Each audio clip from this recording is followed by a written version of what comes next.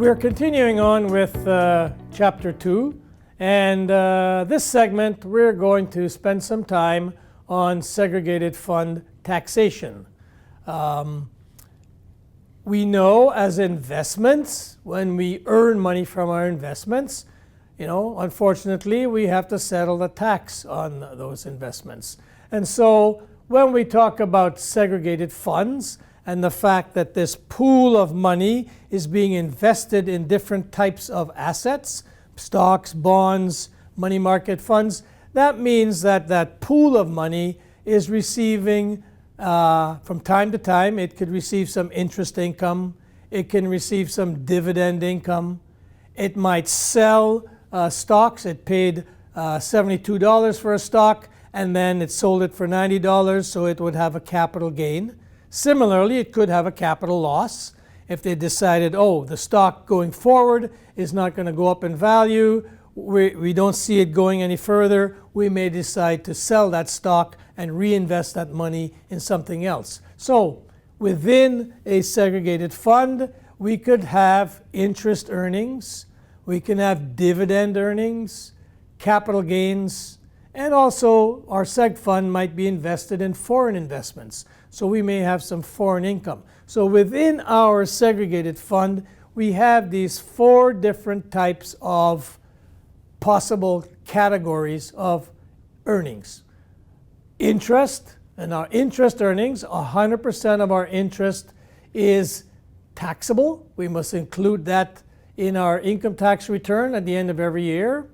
If we receive dividends, dividends are eligible for a dividend tax credit because dividends actually come from after-tax profits of companies. So the company has actually paid tax on that money, and what's left over is farmed out to you as a unit holder as a dividend. So to tax you fully on that again would be an element of double taxation. So what the federal government does is gives you credit for the fact that the company has already paid some tax on those earnings, and so you're going to get a credit for that. And so dividends are eligible for the dividend tax credit. Third type of income, capital gains. Now in Canada, capital gains, 1/2 of capital gain must be included in our income. So if we had capital gain, I bought a stock for $2,000, and I sold it for $2,500, so I have a gain of $500. I must include $250, or 50% of that gain, as income in the year that I sold that investment. So capital gains, 50% of capital gains must be included in my income, and I must pay tax on it.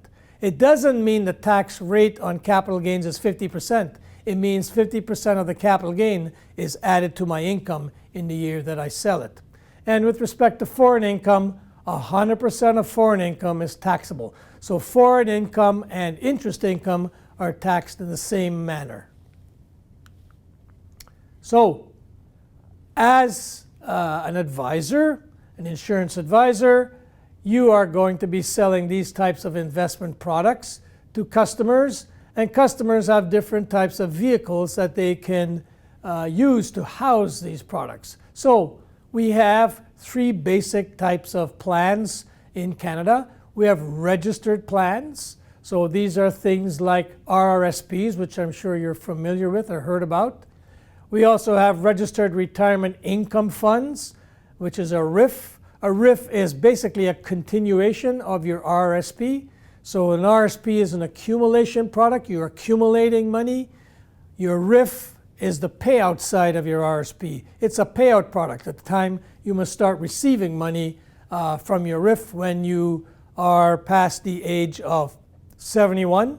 You must make a decision to transfer your RRSPs to a RIF and start receiving some of that income. So RIFs are also registered plans, and with respect to these registered plans, the deposits you put into these plans, you get a tax deduction, and because of that, any money you take out of these plans are fully taxable.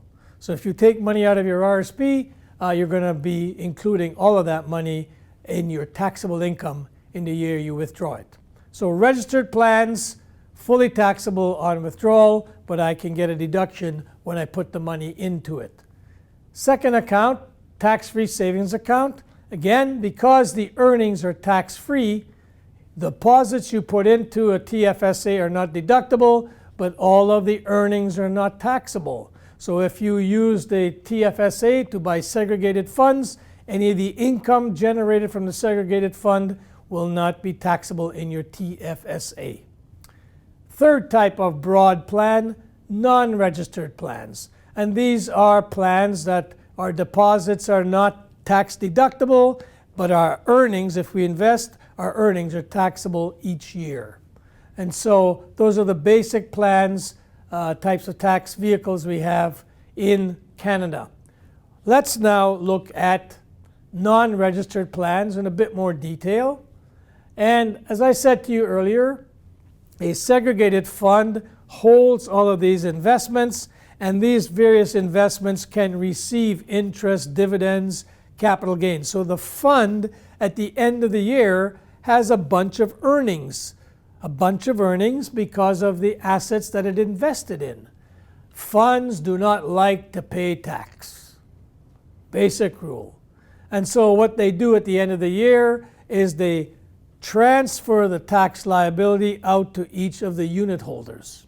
And so unit holders settle the tax on any income that they had earned in the fund. So a fund doesn't pay tax on its earnings. At the end of the year, they flow it through, pass it through to the unit holders, and as a unit holder, you will receive a slip which says you must report so much interest, so much dividends, so much in capital gains, net capital gains, so much in foreign income. So you'll get a slip that says what you should be reporting on your income tax as a result of your investment in those non-registered plans. So after you settle your tax each year, your cost base goes up so that eventually when you do surrender your plan, you're not going to be doubly taxed. So non-registered plans, we must settle our tax each year based on our portion of the earnings in that fund.